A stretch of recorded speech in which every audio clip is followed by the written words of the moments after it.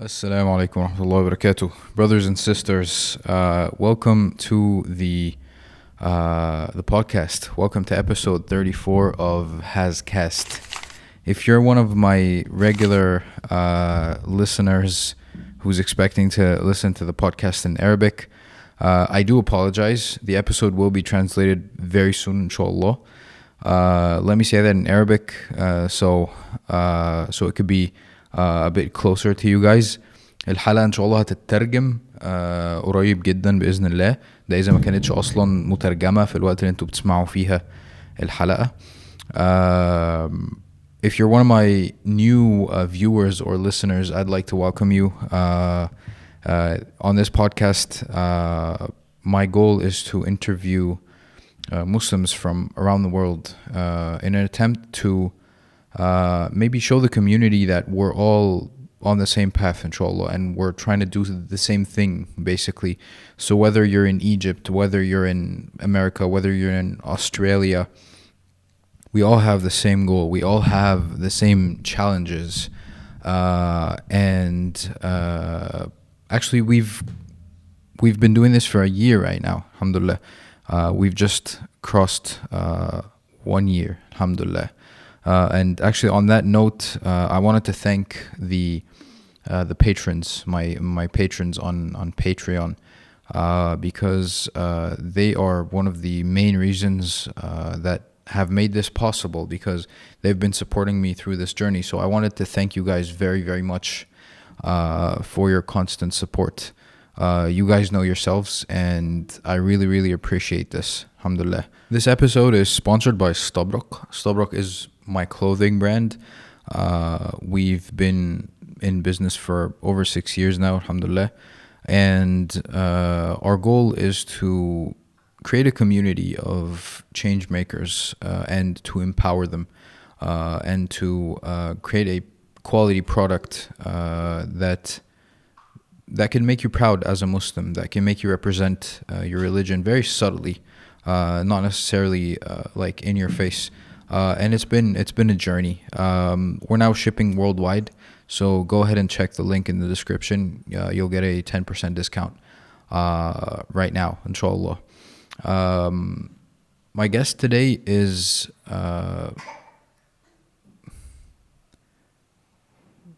well, my daughter's playing in the background, so let's see if we could do this with her here.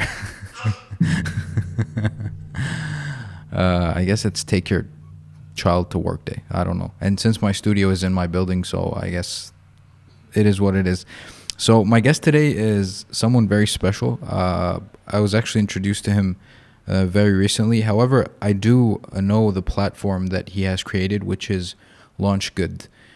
So LaunchGood is like it's a crowdfunding platform for Muslims, which is something very interesting to me and something that we spoke about in the episode, which is actually creating something for Muslims, and the fact that this might be something very limiting in its nature, because Muslims are not the whole world. I mean, to be appealing to Muslims or any actually target audience or segment in that nature basically means that you might be actively trying not to be appealing to I don't know, the whole world.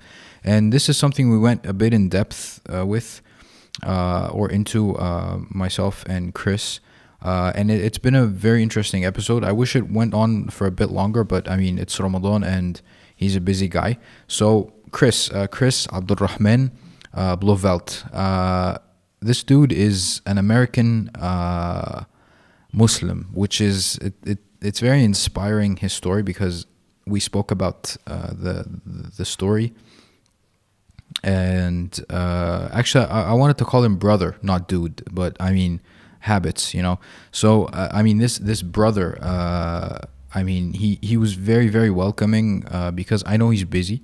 So when I hit him up so we can do this podcast, he replied instantly, and he was very welcoming, and I mean not many people do that, alhamdulillah. Like most of the people that I contact to get on the podcast, they're welcoming as well. But I mean, some people you kind of you kind of get the sense that they'd be too busy. They wouldn't even see the messages and stuff.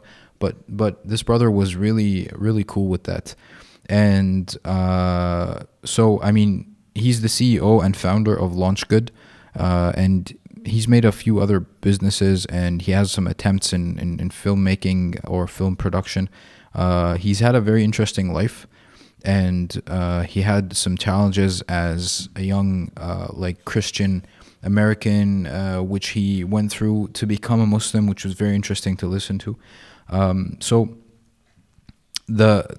one of the very big attractions for me to actually interview Chris or Abdurrahman is my goal is to actually, like I said, connect Muslims worldwide and maybe inspire them through listening to people like Chris, listening to people like maybe Kamal Saleh, listening to like all sorts of people around the world or Muslims around the world, like entrepreneurs, like filmmakers, like creatives, like dua, like everything. And what they do in LaunchGood is not necessarily like funding, like getting people to be funded, but it's actually to inspire them through the stories of the people that have been successful. And through that, I think we're both on the same path, and both of our goals, and probably this is one of the reasons why he accepted my invitation to do this interview. Like, both of our goals are so in tune, and we see the same thing. We see the same benefit in like connecting Muslims worldwide. So I mean, listen to the episode, give me some feedback, go show him some love on his Facebook page. I'm gonna link it in the description. And currently they have something really cool on LaunchGood, which is Ramadan challenge. And this is basically there are lots of details, but the gist of it is you give them the credit card info, and then you tell them how much money you want to spend daily, and then they automatically take that amount every day, and then they put it in projects that they recommend, or you can choose the projects that you want to fund, or you can give it to orphans. Like, there are many funnels for that to go through. And basically what I understand from this is they want you to feel that you're giving every day. They want to create that habit, that sense of giving every day, even if it's a little bit, because that's what Allah subhanahu wa ta'ala and the Prophet sallallahu alaihi wasallam, that's what he urges us to do. Like, قليل دائم خير من كثير منقطع. That's basically the hadith. So I mean, I guess there's not much left but to actually get into the episode. Yalla bina. We're recording. Cool, awesome. So I mean, like, we started talking like a few minutes back, so like I don't wanna like an awkward intro. It's like, hey Chris, how are you today, you know? So but actually, how are you? Like, how are you doing great today? Man, we have springtime. I don't know what it's like in Egypt in April, but in Michigan we say, or in America we say, April showers bring May flowers, and it's about to be May, so it's awesome, man. I mean, alhamdulillah, the weather's around 15 Celsius, and we got flowers up everywhere, and the grass is green, and you know, ducklings are walking around, so it's a good time to be in America. Nice, alhamdulillah. Actually, the weather here is pretty much good all over. I mean, all year over, which is like probably one of the only three benefits. I thought it gets so hot in Cairo in the summertime. Well, I mean, yeah, it kind of does, but we have ACs everywhere, so it's good. It's good. fine, okay. And as long as you can wear shorts, so I'm not complaining, you know. Alhamdulillah.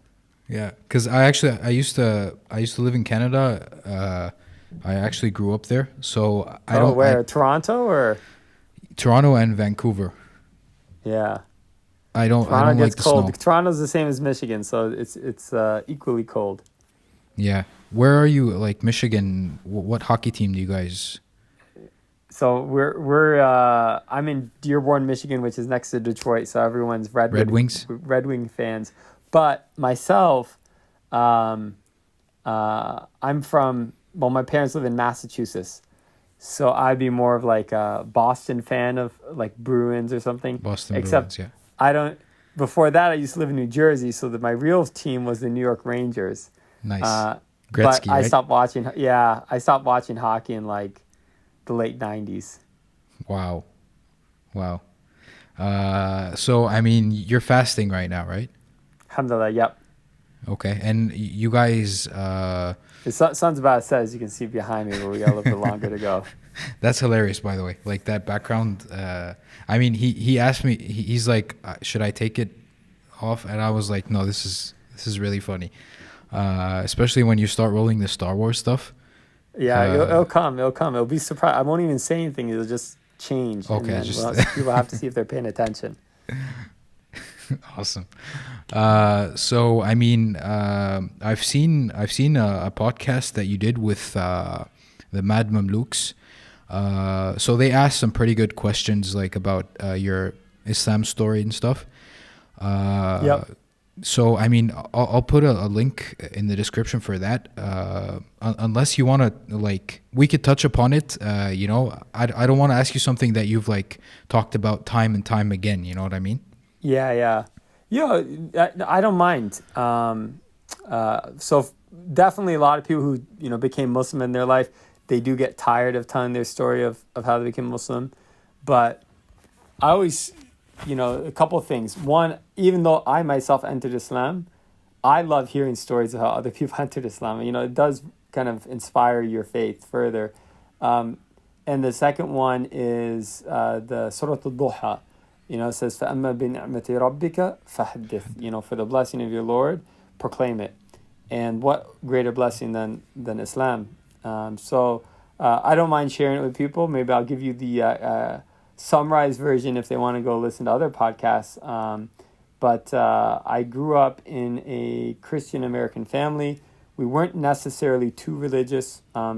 Sometimes we joke, we call my type of family Creasters, which means they're Christmas and Easter Christians. So you go to the church like twice a year.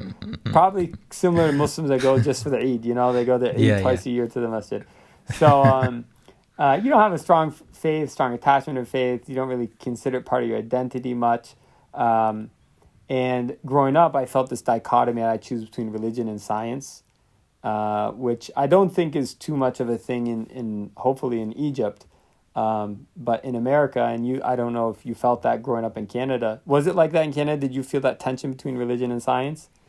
Well, actually, I came to Egypt when I was like maybe like 12. So, but that phase that you're talking about, it definitely hit me when I was like maybe like 17 or 18. And more so, it's happening in Egypt right now. Like this, the like everything that you guys go through, because our culture is basically like a mix of like everything around the world. So Yeah. we go through what you guys. I like what you did with the background. Yeah, I noticed. Snuck it in there. So I mean, we go through pretty much everything you guys go through. Yeah. Yeah. So, well, that's unfortunate. I've actually heard that from my friends that like, especially post the Arab Spring there, like the relationship between faith and youth has changed, which is sad to hear. Inshallah, it's for the best in ways we don't know yet. But growing up myself in America, 12 years old, I definitely felt the tension between religion and science. And you see it, on a big scale today. Like, for example, the evangelical Christians are still going to church and they say, like, I don't need to worry about COVID because I've got Jesus on my side, And yeah, that tension between rationalism and faith is a real one in America.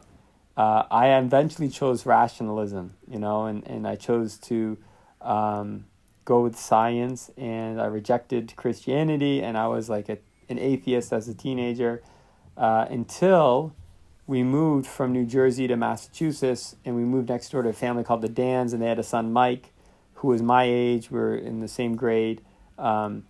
And Mike actually, he was a mess, but then he became Muslim, which is like his whole story. And I didn't really know what happened at first. I just noticed that, for example, we were on the tennis team together, and sometimes he'd go off in a corner and like start putting his head on the ground. He's like doing yoga or something, like, And of course, he wasn't doing yoga, he was praying, but I didn't know what that was and such things. And so slowly, I just noticed these changes in Mike. And I asked him what happened. He's like, I'm Muslim. I said, what's that? And so he started explaining Islam to me. This is pre 9/11. Mm. So it's kind of hard to imagine a world where people don't really know what Islam is or who Muslims are. But before 9/11, and Muslims are only 1% of the population in America. They're really, it's really not understood or known. Like I thought it was kind of like Hinduism, for example, that there are multiple gods. Like how silly of a stereotype was that? But I started learning about Islam, and I respected it a lot more than Christianity because it made a lot more sense. A very simple belief system. There's one God. He sent prophets. They communicated the same message over time.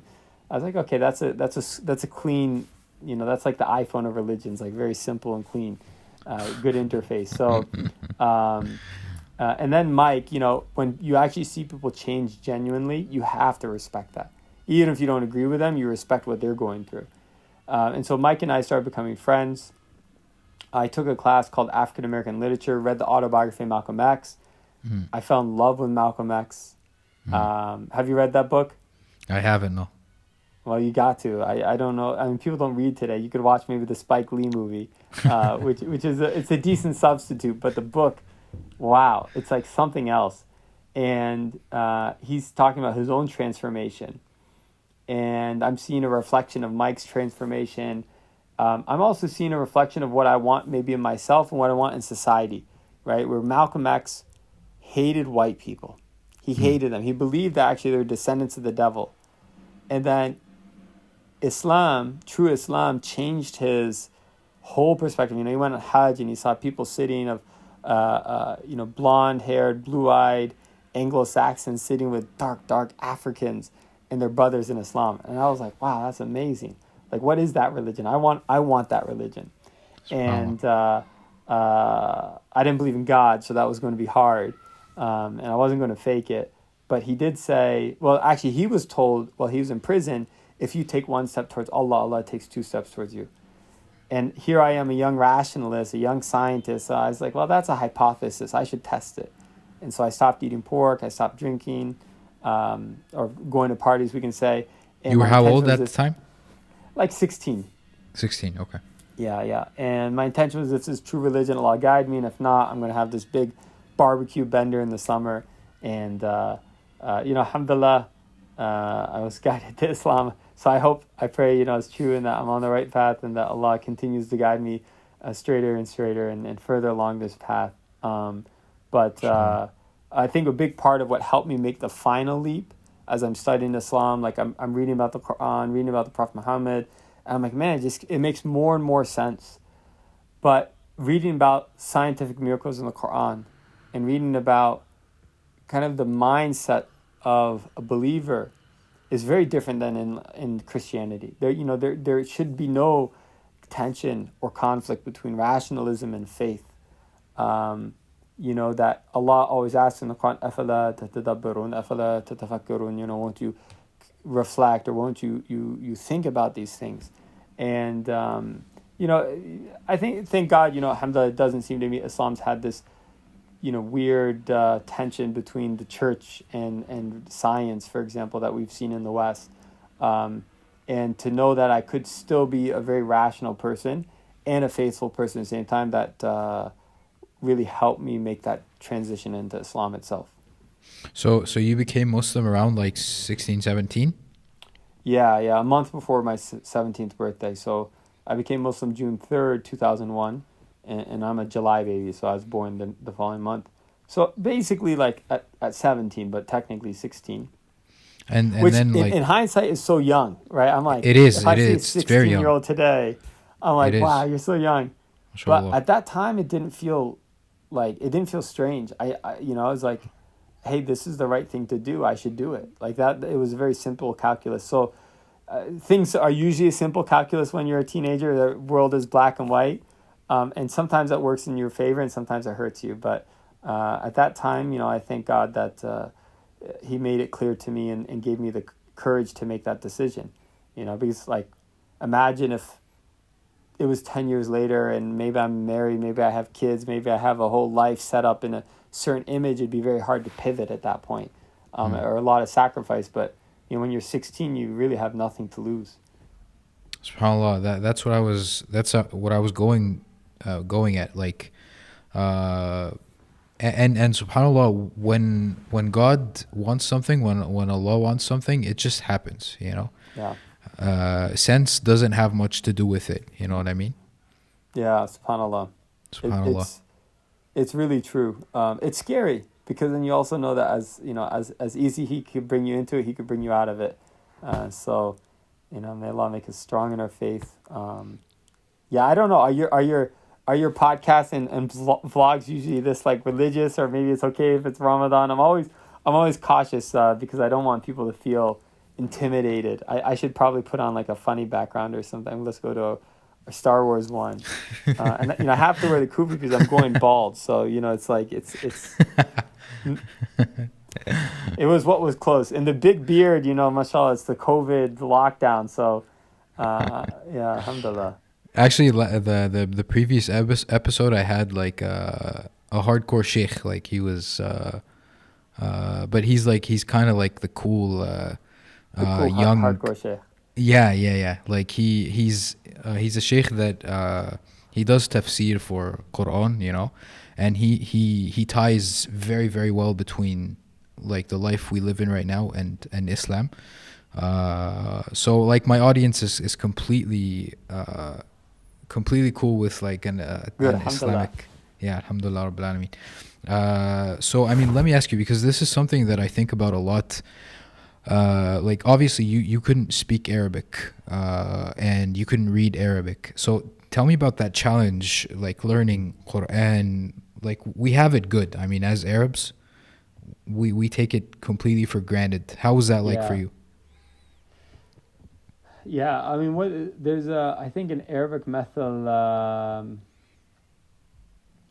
Shiddatul Qurb Hijab. Did I get that right, or are you familiar with that one? Shiddatul Qurb Hijab, yeah, like an extreme, being very close to something is a veil in and of itself. Like it veils you from, so it's just like sometimes we take our parents for granted until they pass away, and then we realize like, wow, I had the best mother, or we take our neighbors for granted, until we don't have them anymore. So usually we take our health for granted. So when things are very close to you and you get so used to them, you just take it for granted. And so, sure, Arabs do that, but anyone would do that with their native language. But for me, it was hard. I wouldn't say I'm a naturally inclined linguistic type of person. Being a math and science guy, I really like numbers and not, maybe not so much the the right side of my brain. Although I'm always a creative guy, but I don't know, languages were not like my forte. For example, in high school. And when becoming Muslim, it's like I remember going to Taraweeh prayer for the first time, my first Ramadan. I was like going to lose my mind. I'm like, this is so painful. I'm staying here for an hour and I have no idea what the sheikh is saying, So I got to learn Arabic. I have to understand the Quran. So that was my real motivation. I think that was a big help. I remember sitting in the mosque with my friend Mike. He's because he'd become Muslim a year and a half before me. He was like 15 when he became Muslim, and he's much more of the linguistic type. So he had learned Arabic he was learning it fast. So he was teaching me, and I'd be reading like the letters. I'd be like, Dr. Bajwa. And I'm like, I don't understand him, Mike. And like he was laughing because I'm sitting next to a guy whose name is Dr. Bajwa. But I'm just. It was hard. I was fortunate. I went to University of Michigan, and I studied engineering there. But you get to take other classes. So I took Arabic. I excelled at Arabic because how intensely I wanted to learn it. And of course I'm practicing every day just through Salah basically, or through Quran reading. But I understood the grammar. I guess for someone who is mathematically minded, Arabic is very structured and grammatical, and that was wonderful. Like I did quite well with the grammar, but the fluency escaped me. was it my senior year? After my senior year, so like after I graduated, I was very fortunate to get a scholarship to study in Morocco. Inshallah. And I was really excited about that experience. I worked super, super hard on my Arabic while I was in Morocco, and it just didn't click. It didn't work. And I was so frustrated. Like, spent, almost 3 months just trying so hard. And it was not, like, I was still translating. When I was talking, I was translating. You don't want that. You want to be able to just speak and it's just coming out of you. Or you're listening and you're just absorbing. You're not having to translate in your mind. And I think the point that I was looking for is when I start dreaming in Arabic, right? That people talk about that when you're dreaming in a language, that's when you really know you understand that language. And it wasn't happening. And I remember I came back and I just told one of my mentors, I'm like, I quit. Like, I'm just not, I'm never going to learn Arabic. I'm not meant for it. And, alhamdulillah, Allah bless him, his name Asad Tarsin. He's like, just be patient, be patient. And somehow I got another scholarship the following summer to go study in Jordan. And that summer I did break through, and alhamdulillah, like, I started dreaming in Arabic, and I was able to speak Arabic. I don't want to be put on the spot, but alhamdulillah, I think I'm pretty good at Arabic now. It's probably not. I won't do that. Maybe that was peak Arabic, in Jordan, but it's always remained at a comfortable level. Like, if I'm traveling in the Middle East, I'm comfortable, alhamdulillah. So that's a little bit of my journey in Arabic. Inshallah. Maybe because Arabic is like the Arabic you learn for Quran is completely different from that of like Morocco, because their Arabic, actually, I can't understand their Arabic. Yeah, like, Darija. Exactly. Yeah, even then I still, like, I didn't care. Like, I was always focused on Fusha or standard Arabic.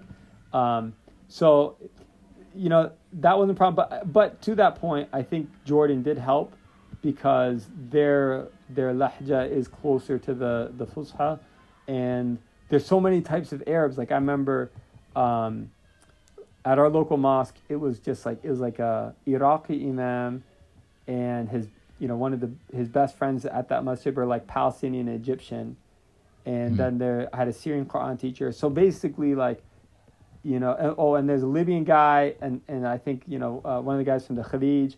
So Fusha becomes basically like the standard for everybody, and so it was great. I got to practice a lot of Arabic that summer, and so it did help. I think you're right. So this is like in the timeline. This is how old were you? So now I'm in my early 20s. So I became Muslim 16, went to Michigan, graduated when I was 21, now I'm like 22 and such, traveling. Okay. Can you hear any of this music? Because no. Looks like there's a wedding. Let me just get the door. This is okay. Egypt. This is Egypt in Ramadan. That's good. I like it. But no, I can't hear the music, so you're okay. Good. Hold on.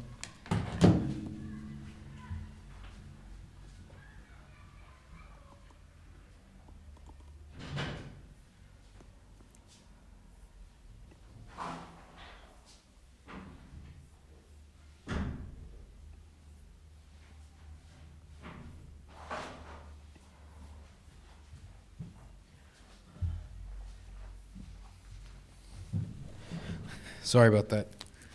Yeah, you're good, man. Look, I already had iftar, so that background doesn't disturb me.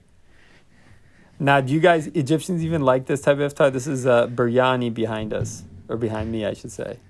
Yeah, we do. We don't make it much, but yeah, we. And is it like Indian biryani or Yemeni biryani? I think it's more of Yemeni. Yeah, I think so.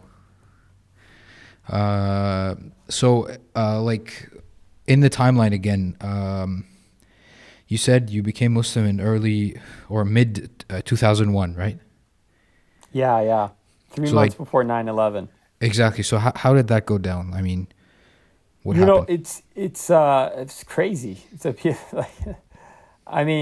One thing people have to realize that new Muslims don't know anything about Islam, right? Really, we don't know Arabic. We're very dependent on whoever our teachers are, for example. whoever the closest Muslims to us are, and whatever they tell us is Islam, we're going to assume that is correct. And we will also assume that, if someone has a beard, they know more than somebody without a beard. Someone with a bigger beard knows more than somebody with a small beard, for example, right? Yeah. So I had no idea who Osama bin Laden was. But, come September and he's on CNN and he's like, they're like, oh, this is the person who did 9/11. And then you're like, what? Like, this guy's beard is down to his chest, and he's quoting the Quran, and he's wearing an amama, and you're just like, well, that looks like a sheikh, like what is going on? So I remember going over to Mike's house. So, part of the blessing is Mike and I were literally next door neighbors. I wouldn't even walk out to the street. I just walk across my lawn to get to his house. Like how I learned to pray, alhamdulillah, mashallah, I just went 5 times a day to Mike's house and prayed next to him and learned, because he had learned, the hard way through books and stuff a year before, but I just got to learn by praying next to him. So I remember one night I went over to Mike's house and we're talking about and sitting there, and I was just crying, and I was like, I'm so confused, is this Islam? Is this what we're supposed to do? I knew Islam was true, but that can't be right, and so I was really confused. And alhamdulillah, I think in some part that propelled me to really understand Islam at a deep level. I think not just me, I think Muslims around the world force us to rethink about, what is Islam and what do we really understand it to be. And definitely been a big part of my journey in terms of going to University of Michigan, which had some great Muslim professors, great Muslim student body, going overseas, studying Arabic, studying Quran, studying, all the sciences of Islam that I could kind of access in various parts of the Muslim world and get that broad exposure. And then I like to tie it to even later in my life. I think one thing about traveling so much and meeting so many Muslims, one, I felt, Muslims just have a terrible reputation. Actually, if people go to Muslims and spend time with Muslims, they love Muslims. We're so fun. We eat lots of food. We're very jovial, very generous, mashallah. And so, people who actually get out to the Muslim world tend to have a positive experience. It's just people don't really know Muslims. That's true. And That's true.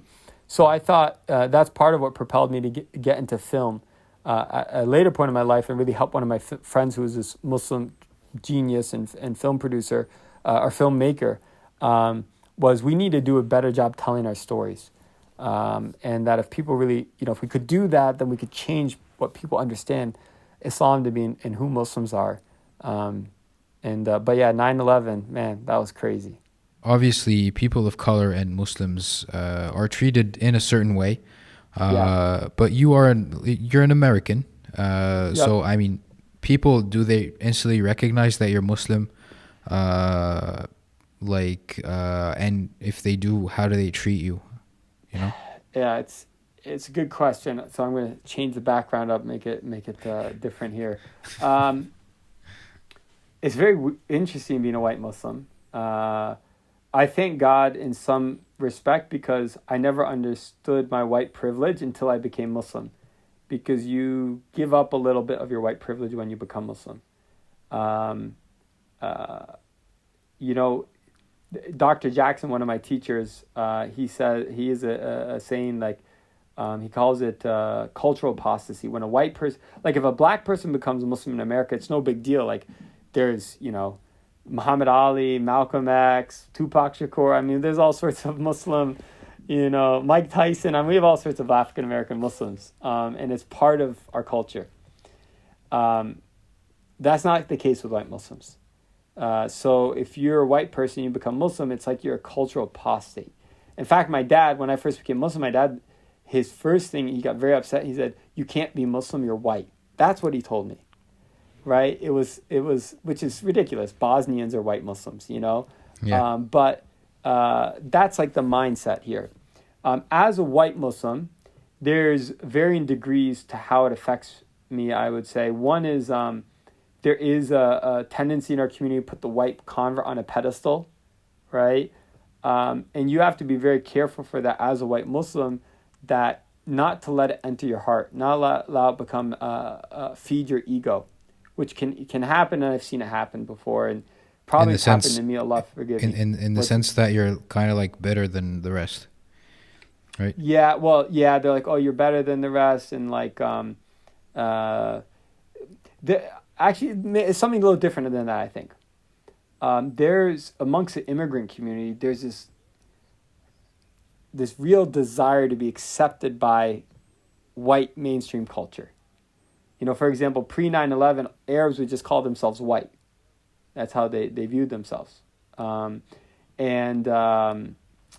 yeah, there's you want to be accepted. You know, if you came as an immigrant from India, for example, or from Egypt, and you're an engineer and you're working at Ford, like you just want to be seen as like anybody else. Of course, the majority of people there are white Americans, and so you really want to be accepted by like white mainstream culture. So when someone from white mainstream culture accepts your religion, it just like it's this boost of confidence. Like wow, like I'm on to something, you know? And so it's interesting. They put you on a pedestal, but not for you. And the way you know that is like when you try to get married as a white Muslim, they don't want you to marry like their best daughter, you know? It's like, well, you know, we have this like deformed daughter. Why don't you marry her? You're like, what? Like, you gotta look in the mirror. It's like something wrong with me, you know? Yeah, it's very interesting. But so that's part of being a white Muslim. I'd say another part of it is unfortunately after 9/11 the government became so heavy with its like spying within the Muslim community, and so there legit were many white converts who were not converts at all. They were government agents. America, unfortunately, its foreign policy is disastrous, right? From the first Iraq War to especially the second Iraq War, to just this whole war and terror disaster that we've had, and so you can imagine you go in the Muslim world, a lot of people have resentment towards America, and so you definitely get some people like put you on a pedestal, and then other people worry, oh, maybe you're a spy or undercover agent. Or you just represent America and this imperialism, or New Age imperialism. But I would say like 80% of the time, alhamdulillah, people just treat me as their brother in Islam and just, treat me like they would treat anybody else. And I love that, alhamdulillah. Nice, mashallah. So, I mean, you said in the middle when you told your dad that you were Muslim, I mean, did you just straight up like the same day you were Muslim, you went and told him, or I mean, almost. I became Muslim on a Saturday, Saturday, June 3rd, I think it was. And my parents were away for their wedding anniversary, so they weren't there when I did it. That's part of why I waited till that day, because I could actually go out and go to the mosque and not have to worry about like, where are you going, Chris? You don't have brothers and sisters, right? I do. I have older sister, younger sister, youngest brother. But, in America, like sometimes you're not always close to your siblings, especially as a teenager. Yeah. My oldest sister, actually, I was very close to, but she was at college at that point. My younger sister and I, we fought like crazy. So whatever, and my youngest brother was much younger. So I was kind of independent in that sense. But a couple days later when they came back, I was just, I was like, I just want to get it out. It was difficult, subhanAllah. I just remember like my dad yelled at me. I was very scared. I'd never been that scared before. And I don't know what I learned about sujood, but all I wanted to do was go into sujood. That was it. Like, and I just went to my room and locked it and went into sujood and cried. And subhanAllah, when you're a new Muslim, like I miss some of those days because there's like some feelings, like some connection to Allah subhanahu wa ta'ala that, it gets rusty with time. You're like that new baby as a new Muslim. Like your connection is so strong, and now I've filthied my heart with many sins and shortcomings, and so I got to polish it a lot more, inshallah. SubhanAllah. And because of the in the beginning you said that you like these stories. One of my good friends. He became Muslim. He's an Egyptian, Um, so he became Muslim, and then he hid the fact that he was Muslim from his family. Was he Coptic? I think he was. I think it's called like Orthodox. I think that's what it's called. But he was like some sort of Christian. Yeah, Christian, yeah. So, so he hid that he was Muslim, from his family, from his brothers and sisters and mother and everything. And a few years later, he discovered that his sisters and mother were actually Muslims, and they hid it from each other. Wow, subhanallah. Yeah, man. That's crazy. It is Wow. crazy, subhanallah. I'm going to get him on the podcast one day, inshallah. Yeah. It's that's pretty cool. That's really yeah. cool. SubhanAllah. What about your family? Let me easy. I have friends who are like Hindu, for example, or Hindu families. Their families still don't know, and it's been like a decade. And sometimes they have to go to a temple. And, it's just like wow, like, but it's much more life threatening. So from that perspective, I've had challenges with my family, but not like that. Never that dangerous. So alhamdulillah. Alhamdulillah. Okay, so from what I understand, like after this, like really close to this, you started like a couple of businesses, and then you went into LaunchGood, right? Yeah. And just one note to add, yeah. because it's a month of virtues, so good to remind of the virtues. A very interesting experience I had about becoming Muslim is right after becoming Muslim, I had to go to University of Illinois in Urbana-Champaign for an engineering program. And subhanAllah, like you can't imagine like how Allah works. I had been Muslim for 3 weeks. So I'm still learning how to pray and stuff. And they put you up in these dorms. And they have dorms all over the campus, but they put us like in these dorms that are in one corner of the campus, like specifically. And I'm praying, and my dorm roommate, he's like, why don't you go pray in the mosque? And I was like, where's a mosque? He's like, there. And like I look out the window, and across the street is a masjid. And that campus in America is famous because it's one of the few campuses in America where there's a mosque like right on campus basically. And Allah put me there like right in my early Islam. And so that was an amazing opportunity. Like I just became Muslim, and then every day I got to walk across the street and go to this mosque and get to be friends with Muslims. And right away, the uncles in the community are like, "Are your parents alive?" I'm like, "Yeah." Like, you have to be good to your parents. I was like, "Okay." They're like, "No, seriously, you have to listen to them." And I'm 16. A 16-year-old American doesn't listen to their parents too much, very rebellious in nature. Maybe that's why I became Muslim, right? And they're like, and I'm like, well, they're not even Muslim. They're like, doesn't matter. You have to be good to your parents all the time.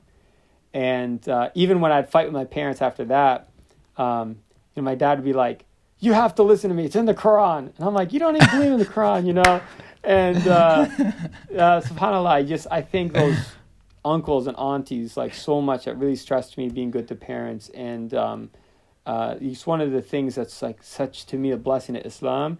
Today, I have an amazing relationship with my parents. I love them so much, alhamdulillah. And I'm sure if it wasn't for Islam, I wouldn't have this relationship with them. And so, alhamdulillah, just a reminder, if your parents are still alive, go give your mom a call or send your dad a WhatsApp. You love them and you appreciate them. And alhamdulillah, I really thank the Muslim community for instilling that on me from like the first few weeks I had become Muslim, alhamdulillah. MashaAllah, that's really good advice from those men. I mean, because that's literally what like exactly what you said. I mean, it's like now I'm on the right path and you guys are against me, and it makes perfect sense for me to just push you away, to assume that you're wrong, to tell you that you're wrong. Yeah. So for them to like warn you right away, I mean, that's how perfect is that, subhanAllah. Like before everything else, like before like read the Quran, before everything, they're like, be good to your parents, subhanAllah. Yeah, big blessing, alhamdulillah. MashaAllah. We're actually we're very envious of you guys, like converts, because not many of us get the chance to get introduced to Islam. You know what I mean? Hmm. Like we just know that this is the religion that we should be that we should be in, and unless you go on a personal journey of your own, which is actually it's very frowned upon. You know what I mean? Like, what do you mean? Where is God? You know, what do you Yeah. mean? Who is like these questions? We've been brought up to be afraid to ask them. And these are the very questions that make your faith stronger. They are the questions that introduce you in your own way to Allah. You know what I mean? I had an Egyptian friend and mentor really when I was at University of Michigan, and his father in Cairo, like I'm a religious family. His father's like, maybe Islam is wrong, maybe Christianity is right, maybe Buddhism is right. You go find out. You know, and it's like a very religious father, and he's like telling his son, like, be sure, you know. But if you have confidence in your religion, then you're not afraid to ask those questions. You know what I mean? Or you're not afraid to encourage your kids to ask those questions. But if you lack that confidence, of course, it's going to be a very scary question because you're worried yourself, like, what will you find on the other side?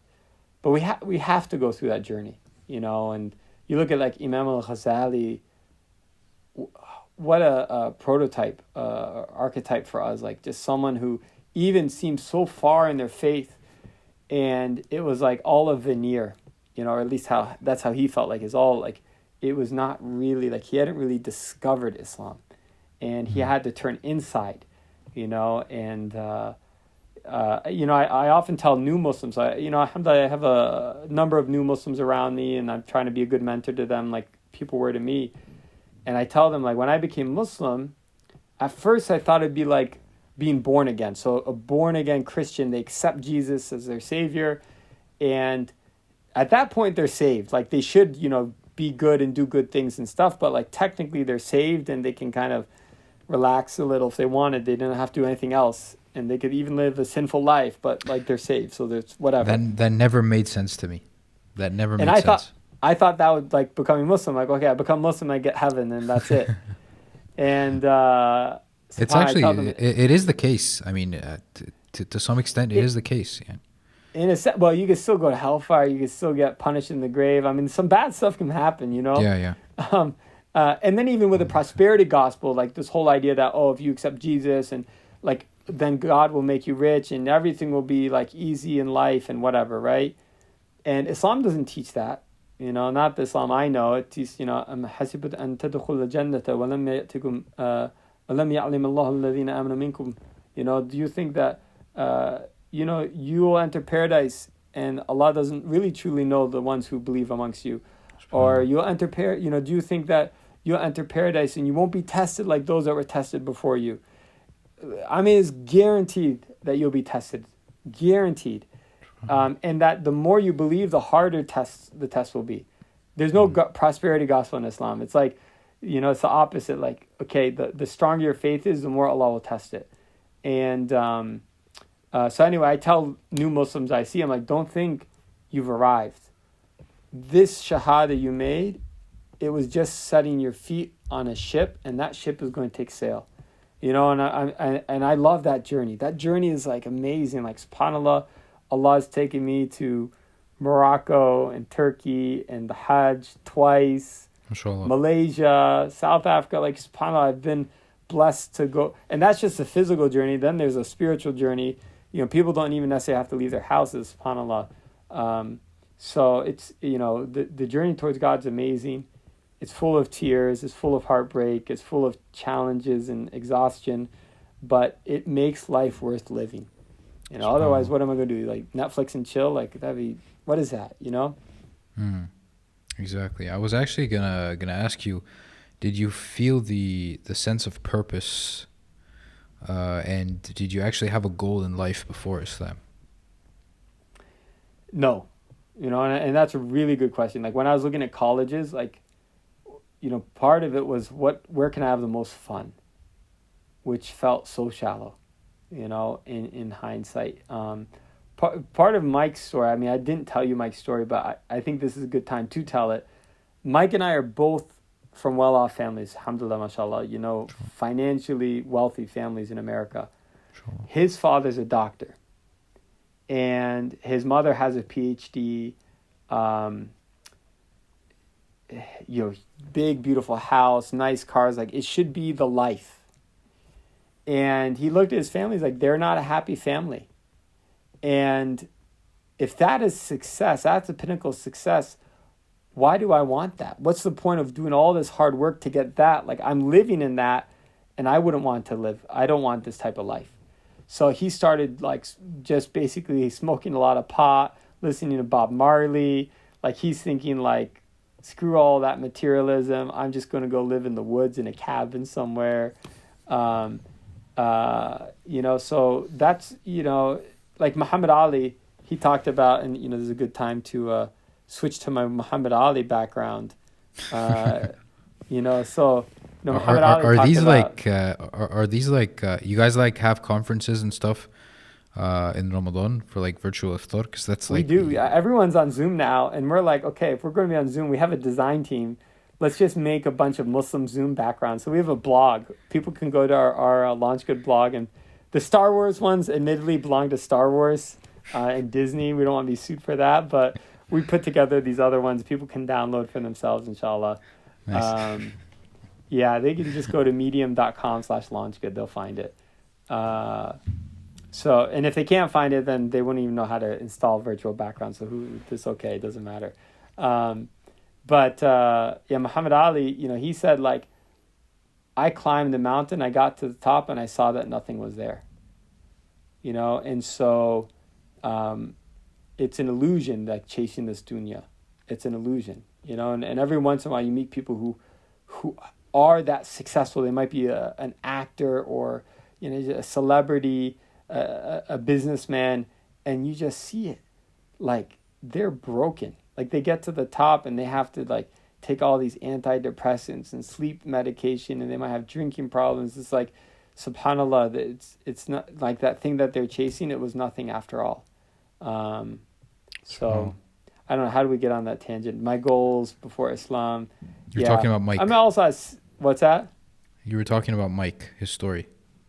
Yeah, yes. It relates back to what you're saying. Did Okay. I have goals before Islam? Yep. And it was like, there were no clear goals for me. We were just taught to make as much money as you can, and that started to feel pretty superficial. We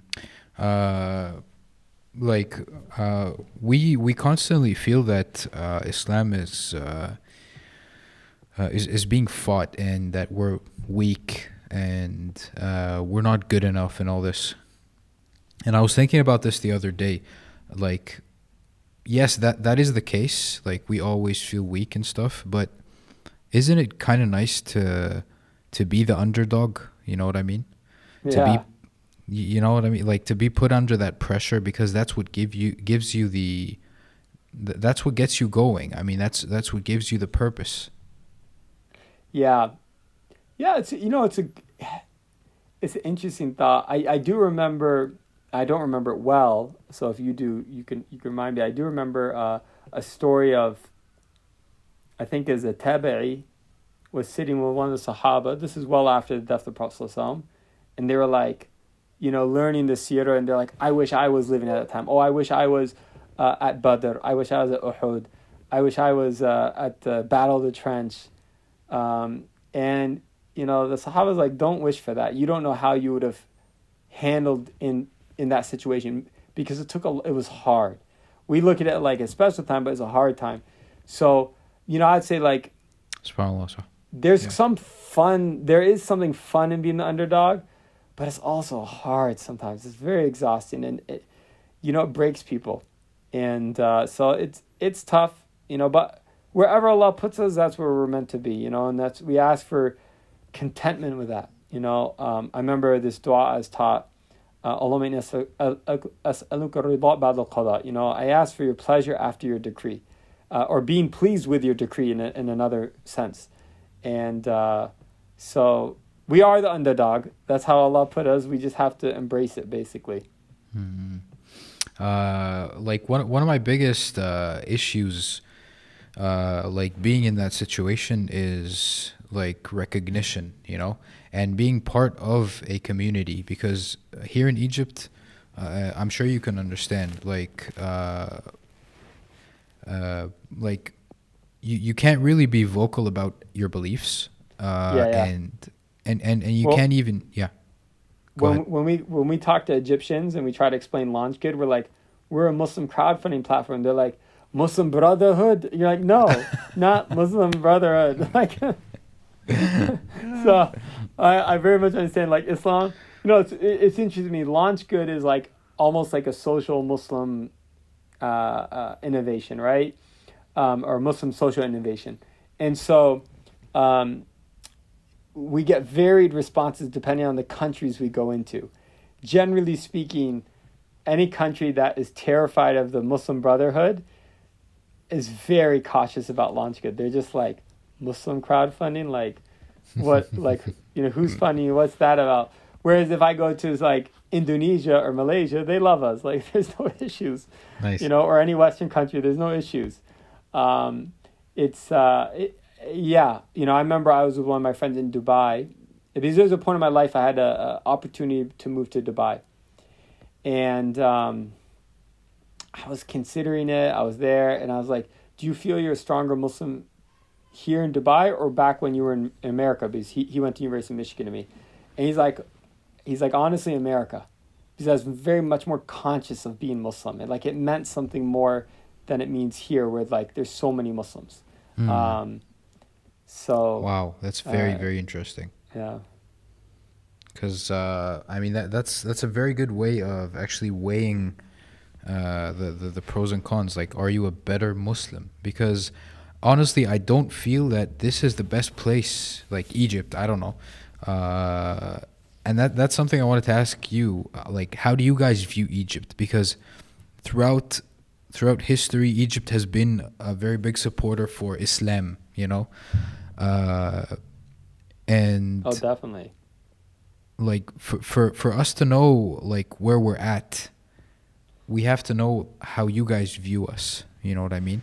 So how do you guys view Egypt currently? A couple thoughts. I wish I had an Egyptian background. We'll pretend this is what's the beautiful mosque you have there?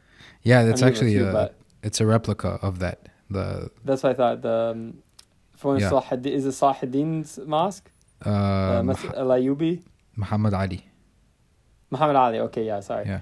So, in high school, you're so worried about what everyone thinks about you.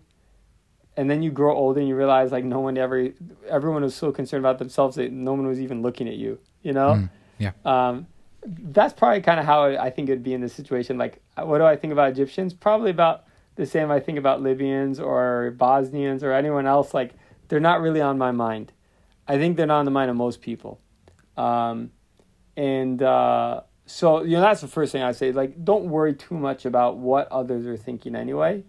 Worry about, obviously what Allah thinks and what you think about yourself. Because how you perceive yourself affects how others perceive you. That's and even a big inspiration for us starting LaunchGood.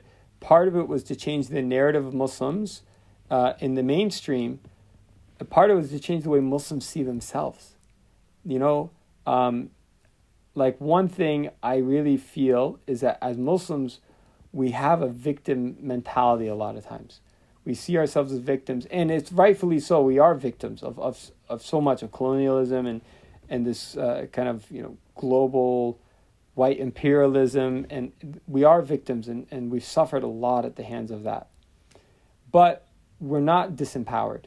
We still can do a lot. We're still a community of 2 billion people, and that's a lot, and we should be able to do a lot, and we shouldn't let ourselves feel restricted. As for Egyptians, if I am to answer your question, though, how do people see Egyptians? Um, Generally, they're like I mentioned, they're kind of comedians of the Arab world. They're the probably some of the easiest going Muslims that you meet in America. Oftentimes, the Egyptians are very fun to be with, um, and that's via surface. And people who love the Quran. That's the other thing I notice a lot about Egyptians. Like they just love listening to the Quran. Um, I'd say that's like a general perception of Egyptians. Cool. So I mean, let's jump into LaunchGood. Something I really liked when you were talking about it. Let me give a quick intro. Like LaunchGood is a crowdfunding platform for Muslims, which is a bit controversial. I mean, personally, I love that. Like I love that tagline, like for Muslims. Yep. But I mean, isn't this like a limiting proposition? Yep. Like, okay. I would say there's a saying in startups: is better to mean something to somebody than nothing to everybody, right? We've seen 100 or so crowdfunding platforms come and go that were like, we're the social good crowdfunding platform or the feel good crowdfunding platform. Like, yeah, that doesn't really mean much to people, and then you're going to be just competing head to head with GoFundMe, for example, which has way more resources and way farther reach, and you're going to drown and be nobody. So that's part of it. Like in general, when your strategy for any company is find your niche. The second thing I'd say is like, how small is this niche of Muslims? Well, we said there are 2 billion Muslims. I don't think that's a very small niche. Now, admittedly, most Muslims can't use our site, right? It requires a level of technology, a level of financial access, like you have to have a credit card, of educational access. You have to be able to read English at that. So, there are definitely barriers on the majority of the Muslim world. That said, we have 3 million Muslims in America that fit into our community. And the community, actually, we have a definition for it, is gummies. GUMEES, Global Urban Muslims who are educated and English speaking. What does urban mean? Like in your definition? Urban means like you're not a falah, like you're not on a farm, right? Falah. You guys like that word, I think, in Egypt, don't you? Yeah, it cracks us up, yeah. Yeah, that's what I thought. Yeah. I've only been to Egypt once. That's not bad, And that was like 19 years ago, or 18 years ago, actually. I was in Egypt. Sorry, the pollution drove me away. I was like, it scarred me. I was like shocked. But anyway, so global urban Muslims who are educated English speaking. So what does that mean? Global, obviously, anywhere in the world. Urban, really the right word, they urbanize, meaning like you live in a place with internet, for example. It doesn't have to be a skyscraper. I live in a suburban neighborhood, but I have internet. It's, I'm not picking my own vegetables. You're Muslim, and obviously you have to have a somewhat positive affinity with your Islam. You can't hate the fact that you come from a Muslim family. You're educated. It doesn't mean you have a college degree or maybe not even a high school degree, but you can read and you kind of have a grasp on the world as it is today, and you can speak English. So we've got 3 million gummies in America. Canada has another million. UK has another 2 million. So that's 6 million gummies. That's a very small niche community if you're talking about like targeting a platform. But you realize that this goes on and on and on across 180 countries in the world. How many people live in Egypt? About 100 million, maybe more. 100 million. Now, majority of those don't fit into the gummies definition, right? Definitely. Not everyone's Muslim, not everyone's urbanized, not everyone's educated or can speak English or has a positive identity with their Islam. But amongst those 100 million, you probably have how many of them do fit that definition? 10 million, 20 million? I guess maybe less than 10 million, yeah, maybe. And if you go to Malaysia and Kuala Lumpur, you've got another like 8 million. You go to Istanbul, you got in Turkey, you've got another maybe 12 million, 15 million Pakistan. So you start doing this around the world, and we actually did the math. We found there's about 300 million gummies, 280 86, I think, or 88 million was the number we came up with. But the point is, like, 300 million gummies, that's more Muslims than live in Indonesia, right? Which we talk about being the largest Muslim country in the world. That's almost as many people that live in America. So there's a huge target market out there. The problem is they're all spread out. And they don't themselves, or we ourselves, don't realize that we are a target market. But that's starting to change big time. You know, and I have this one background behind me. Do you know what this is? I think it's like Arturo or something. Yeah, Ertuğrul, right? And this is like the famous Turkish show. I think it's banned actually in Egypt now, and also in Saudi. But anyway, almost everywhere in the world that I go, Muslims are familiar with this show. Yeah, most of my friends and people saw it. Yeah. Yeah, and if they don't know about it or they haven't watched it, they kind of know a little bit about it, right? Like they recognize the hats or the Kai tribe logo. Yeah, I have that hat.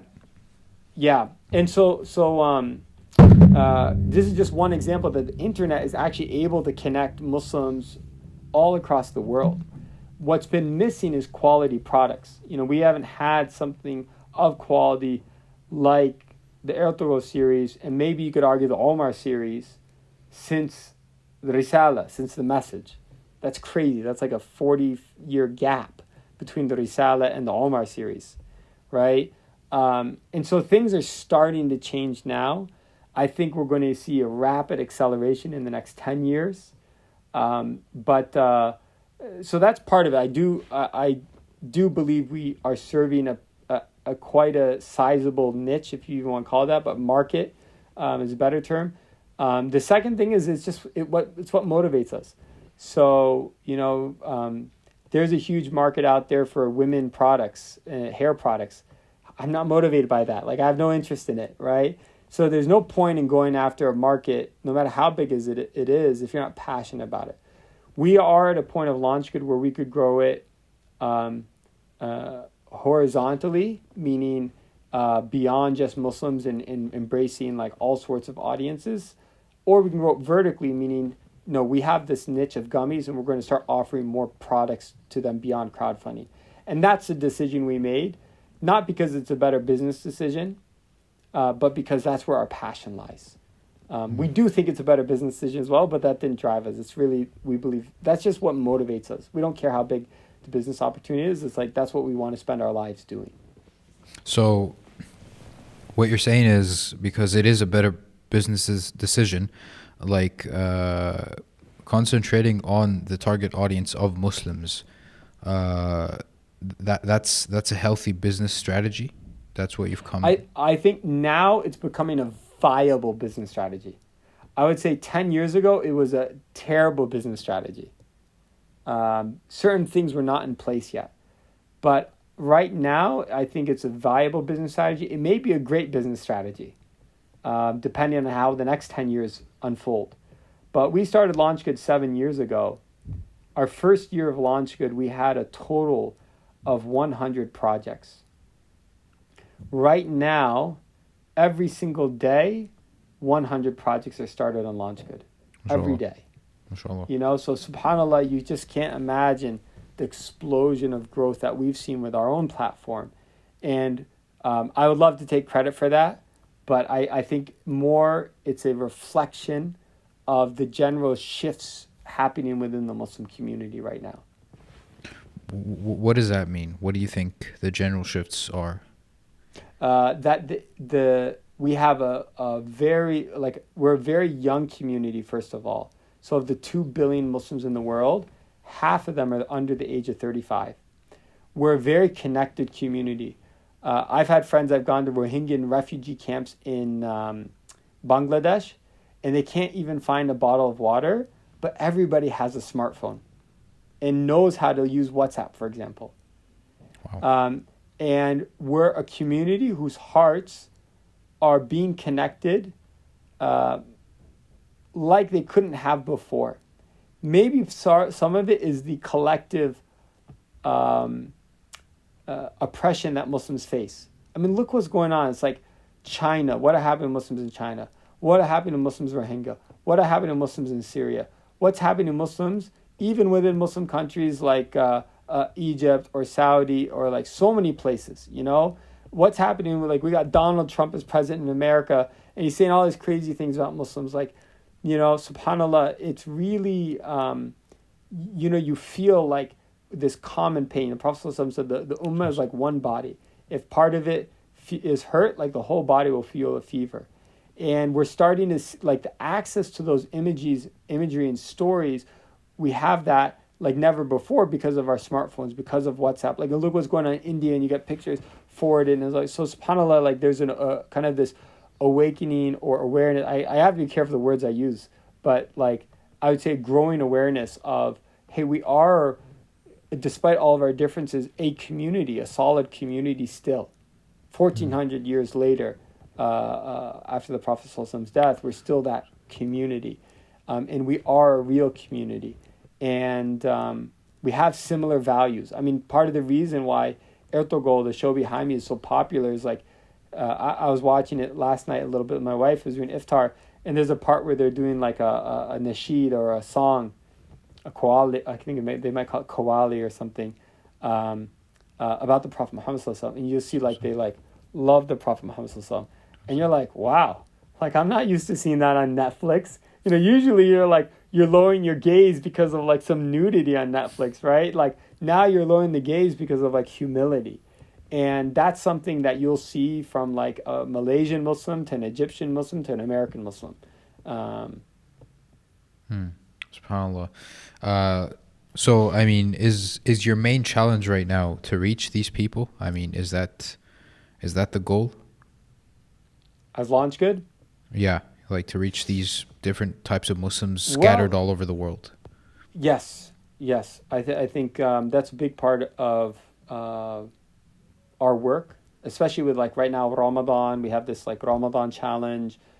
We've enlisted like 100 plus influencers from around the Muslim world just to really help raise awareness of our work and the services that we provide. And alhamdulillah, it's going in the right direction. So I'd say, you know, the nice thing about a crowdfunding platform is like every campaign further promotes the platform. And so we've seen this snowball effect. You know, the challenge I would say we face now as LaunchGood is, can we capitalize on this growth to really maximize this outreach? And so it's happening. It's just a question, can we maximize it and channel it in a good way? In the sense of like educating people to actually use the platform, that's what you mean?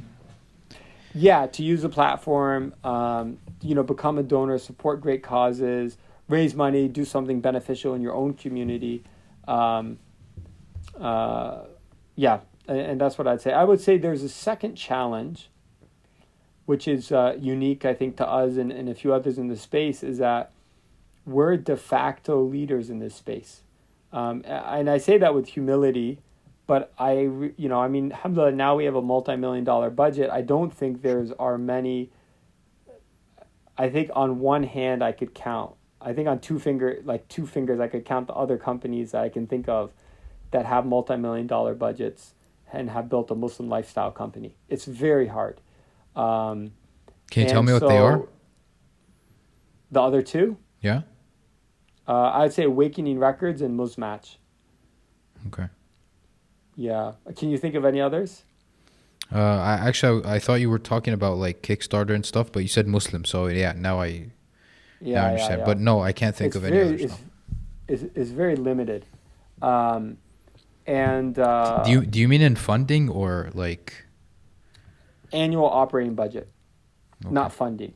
There are companies. You know, I'm wondering about like Wahid Invest has gotten millions in funding. There are several companies out there that got millions in funding, but they don't actually generate millions in revenue for an operating budget. We failed to get funding. LaunchGood has no funding, so we just bootstrapped it. Since the beginning? Like, you have no funding since the beginning? You know, we got a $10,000 angel investment at the very beginning, and then we bought out that person like a year later. Wow. And that was it, just at $10,000.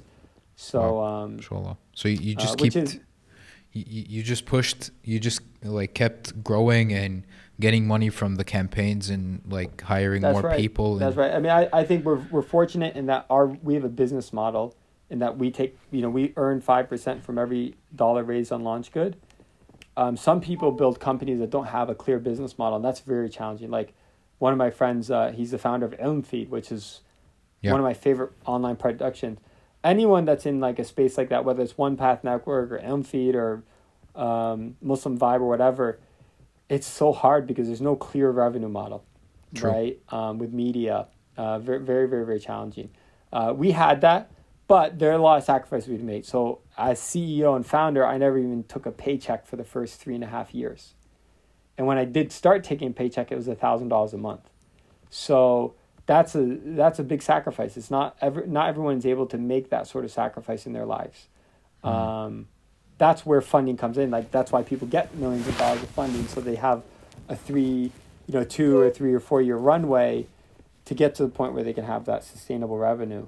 But now that we have that revenue, yeah, I think the challenge is can we really leverage this situation? Oh, I remember why we came into this is I believe we are role models. Like, I'm not on this podcast with you because you think I have a nice beard. I'm on this podcast with you because of LaunchGood, and I'm one of the founders of LaunchGood, and You I happen might to be a have a terrible. nice beard, and like Yeah, that's just a I tried bonus. to get ready, but it's it's because of LaunchGood. I might be a horrible person. I am a horrible person. Allah make cover my sins and only project the good from me and make me better. But people do look up to us. People are reaching out for advice. They want to learn, like, how do we build LaunchGood? And so one thing that we're very conscious of is we have to make sure that whether LaunchGood lives or not in the long run, I believe it will be a template for many other Muslim lifestyle companies. And so we have to really be careful about the precedents that we set and the values that we embed within ourselves, because I think others will naturally adopt those. So that's the other challenge I would say that we face, is like making sure we build this company the right way. There's no exact role model for us. Like who? Like Facebook? Like, no, we're not really trying to be Facebook. Kickstarter, GoFundMe, no, because we have Muslim values and we're trying to do certain things in certain ways. But we're also not like a mosque. We're not like a religious movement, We have people on the team that are not Muslim, for example. So, we have to, we're kind of in uncharted waters. We are the, what's the word I want? Not explorers, but the Pioneers. we're in the front line. What's that? Pioneers. We're pioneers, yeah. We're the pioneers, and so we have to be careful about, what trails we blaze that people follow behind. So I mean, the business is profitable at this stage. Alhamdulillah, right? Alhamdulillah. Mashallah. Alhamdulillah. Like how many employees do you guys have? What's the team?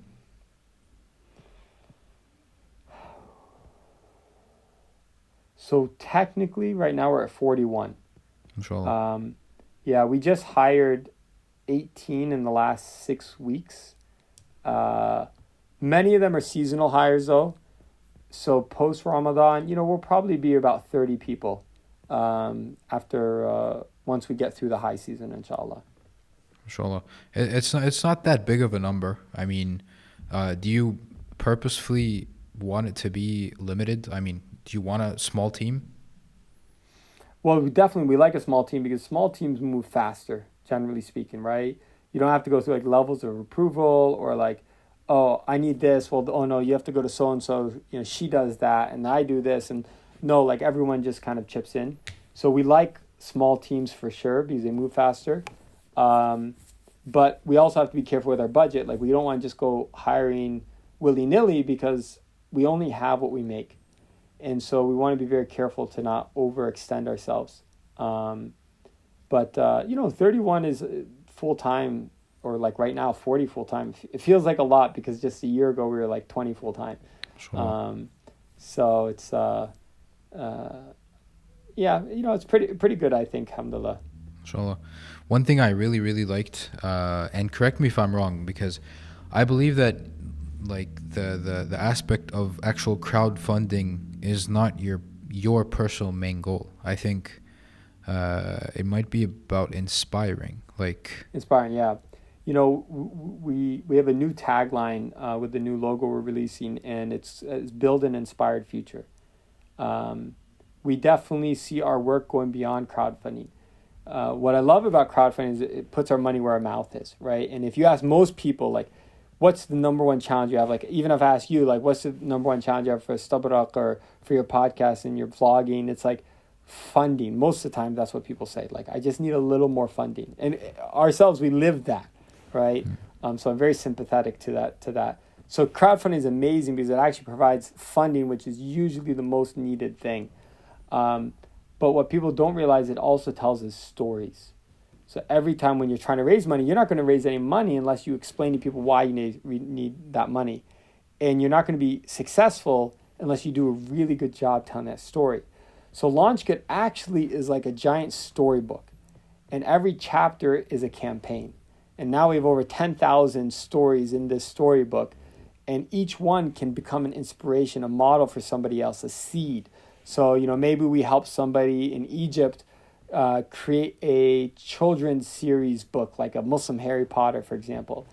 And someone in Bangladesh will see that and be like, wow, I've always thought about writing this story, or I've been working on it, but I never thought to publish it. But you know what? You gave me that confidence, person in Egypt. And so now they're doing their story. And then someone in Australia sees that. And then someone in America sees that. And like this one person ended up becoming a seed that sprouted several, shoots and fruits. And that they become seeds for another generation. And that's the beauty of crowdfunding. Inshallah. We actually had a crowdfunding campaign a few years ago at Stobrok because the factory that we produced our summer collection with, the factory burnt down, and like all the collection, like it went to ashes. So we had to. Oh, wow. Yeah, there was a website. I don't know where it's at right now, but it was an Arab website. I think it was in Lebanon or something. It was called Zumel. Zumel, yeah. I know Exactly. Abdullah Absi. He's a good friend. Yeah, he's a great entrepreneur. But yeah, Zumel, very familiar with it. Yeah. So we had our campaign, we made our cash, and and it was because I'm very aware of what crowdfunding is. Like you said, it's a marketing tool, it's a storytelling tool, it's a product validation tool. I mean, before it's actually a money making tool. So awareness for this type of tool is very, very important, especially in Egypt, because the startup scene is very healthy here. Like people graduate from engineering, for example, they have very high expectations of what the market is, the market fit for them is, and then they find that there aren't jobs to satisfy them. So they go on and build an app, for example, and this happens like every day, So your website, your platform, I think it's gonna be, and unfortunately, I don't know why not many people are familiar with it in Egypt. Because to be familiar with LaunchGood, you have to first, you have to enter through the door of Islam. You know what I mean? It's about charity campaigns. It's about, and that's how I knew about it, because of Nouman Ali Khan. They're building this new institution or something like this, So maybe you guys have to push more towards the the startup thing, not every market is the same. Here in Egypt, right. For example, for me to market my product, to market Stobrok as a Muslim brand, that wasn't very successful for me, Yeah. Maybe if I do that in America, maybe that would be more successful, Yeah. It is hard, and that's why I was saying, what's the challenge for us is spreading LaunchGood. We have to adopt different strategies wherever we are.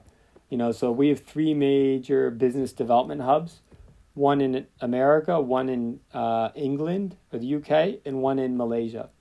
And our strategies for each of those areas are like totally different, which is the right thing. You know, it makes it a little bit harder to manage, but you have to customize it to the people that you're working with. And so that is part of why it's a challenge to grow LaunchGood. Yeah. So I mean, I don't know if you have like appointments or if Thor is close or something.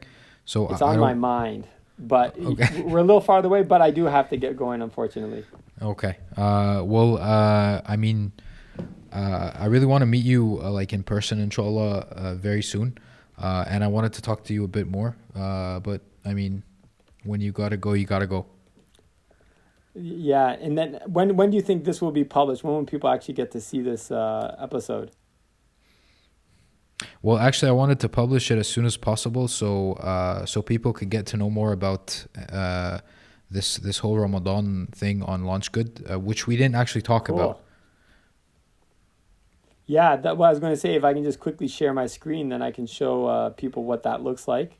Yeah, Because I yeah, think we would love that if they joined us in the Ramadan challenge, especially if they want to know what LaunchGood is. You know, we've been collaborating for over a year now with Peter Gould, who's another Australian Australian, yeah. Muslim friend of ours, amazing design studio Zalige. Building this, we have almost 20,000 people across the world have joined this, Inshallah. and it's just a way to give charity every day, which is something we should do in Ramadan. It could be as little as $1 or £1 a day. Now, one of the cool things about this, this is actually how it looks once you're logged in, and inside of it, you can make global dhikr together with like someone else in the world. We have all these campaigns; they change every day. We have a daily inspiration, a daily questionnaire or type form. You can see the donor feed, like subhanAllah, just donations coming in from everywhere. It's really cool. So I Inshallah. encourage people, come check it out, join the Ramadan challenge. I think they'd really love it, and they can just go to launchgood.com/Ramadan. Where does this money go? This money goes everywhere, and so we're just the technology or the platform helping people raise money. So if we look at, some of the campaigns, like, here's a campaign for Yemen relief. On the other hand, here's a campaign for, I don't even know exactly. I'd have to click on it and learn more, which you can do, of course. But it looks like feeding a family in Malaysia. This is pretty cool. Actually, I know this. So this is a really great charity in Malaysia called Care Refugees. You get to feed Rohingya refugees, amongst others. This one is an app, an Islamophobia app. This one looks like it's funding a school in Liberia. This is for orphans in Senegal, I believe. And this is for working on Braille programs, are sponsoring Braille Qur'ans for Muslims who can't see. And those are just today. So every day it changes. We have so many campaigns. Right now there's over 4,000 campaigns fundraising on LaunchGood.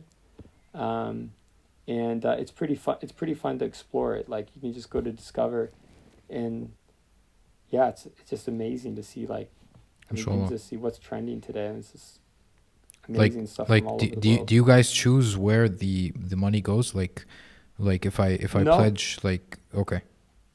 Oh, well, if you pledge like $5 a day, we have something called the give list. So if you really like a campaign, you're like, okay, I want to give to this campaign tomorrow. Actually, I'd have to switch my screen, but you'll see, if I'm logged in, you'll see a little heart here, and I say, oh, add it to my give list, and I can heart all the campaigns I want, and those are the ones where my daily donation will go to. If you want us to choose, then we'll spread it across the campaigns on the website.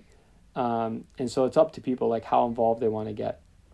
And do you guys like, because in one campaign, like, I pledged a certain amount of money, and then there was this checkbox where it said, if you want this to be zakat. Yes. So I mean, you guys have like the proper people who like direct the money into the proper people and stuff, right? Yeah, actually, we have a really cool thing going on for Zakat right now. So anyone can declare themselves zakat eligible. If you know much about zakat, there's a lot of difference of opinion whether like building a masjid in America is zakat eligible or not. You know, there's always like big fights about that. So we let anyone claim that they're zakat eligible, but then we put together this page, launchgood.com/zakat, which is verified by a scholar. His name is Sheikh Joe Bradford, independent of LaunchGood. And he's personally gone through all of these campaigns and verified that indeed they are zakat eligible. And so, we have a calculator on here. People can calculate their zakat, but, it's very safe to me if they click here. Now, does that mean, let's say I give money to this South African group and I mark it as zakat? Will they use it as zakat? Allah knows best. Meaning, what we've done as LaunchGood is we verified that they're real people. We verified that they have no criminal history. We verified that they actually have a program going on like this that is funding. It's not a fraud. So that's what we do as LaunchGood. And Joe Bradford has verified that this is indeed a zakat eligible campaign. So we hope that they're honest, that they take the money that they raise and they use it the way they're supposed to. Without sending, that's basically all we can do without actually sending someone on the ground down there to South Africa. Yeah. That's awesome, We're pretty proud of what we've been able to accomplish. And yeah, it's check it out, launchgood.com/zakat. It's a pretty cool page. Literally, like today was the day we launched this page. MashaAllah, subhanAllah. Usually I do like everything I can to give things like this a push, and I'll do the best I can to get this to the people that follow what I do, inshallah. That'd be great. Thanks so much, Hazem.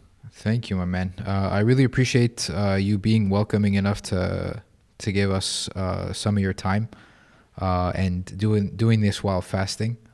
You've been a really good brother. Alhamdulillah, thank you. It's very generous of you. I'll end with the dua of, I think it was Abu Bakr, Allahumma la tuakhidni bima yaqulun waghfir li mimma la ya'lamun waj'alni khayran mimma yadhunnun. May God not hold me to account to what you think of me, and forgive me for what you don't know, and make me better than what you think.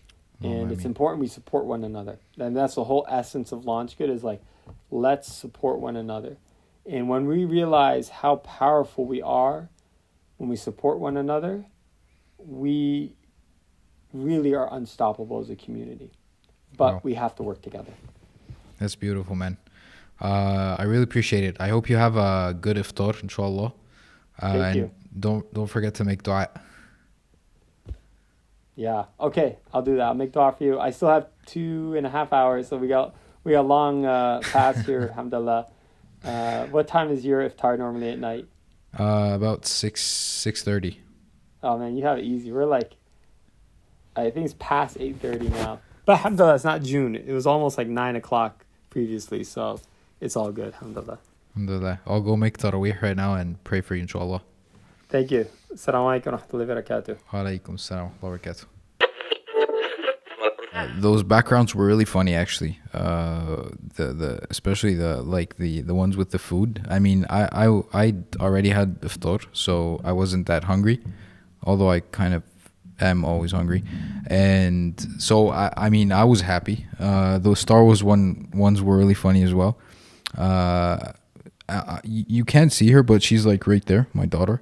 I hope she doesn't just pull the whole setup to the ground.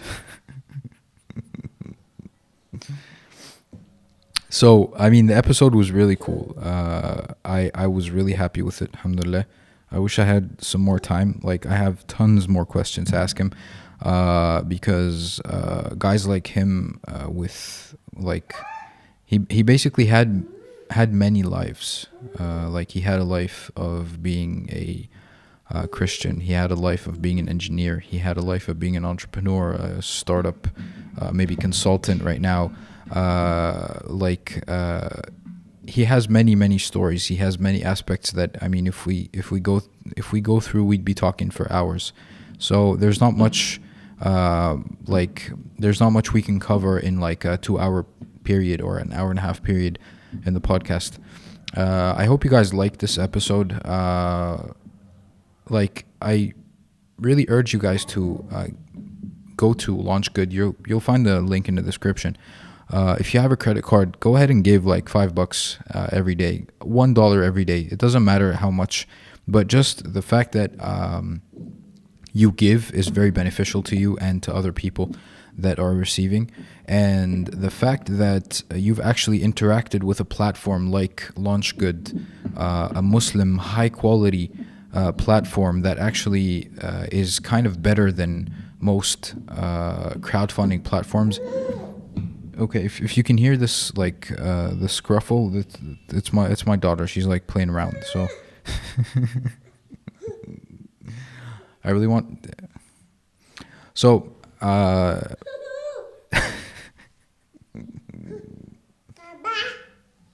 نعم يا زوزي. ممكن تستني 3 days يا زوزي. I guess we'll have to work with this. So I mean, like I was saying, like many of us Muslims, like Muslim entrepreneurs, maybe, or creators, or whatnot. Okay. So I guess we're doing this old school vlog style, cause my daughter is trying to knock over the tripod. So what I was saying is, I urge you guys to be a part of this platform, because like entrepreneurs and creators, like Muslims, like sometimes they think that like being Muslim and for a product to be called Islamic is enough for it to be successful, and is enough for it to be worthy of being used. And this compromises the quality very, very much. What?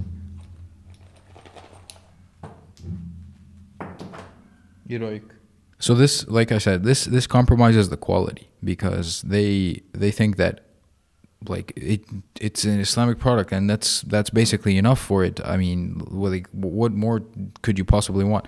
And these guys at LaunchGood, that's not how they roll. They really wanted to create a product on its own that has a very intricate like back end and a very user friendly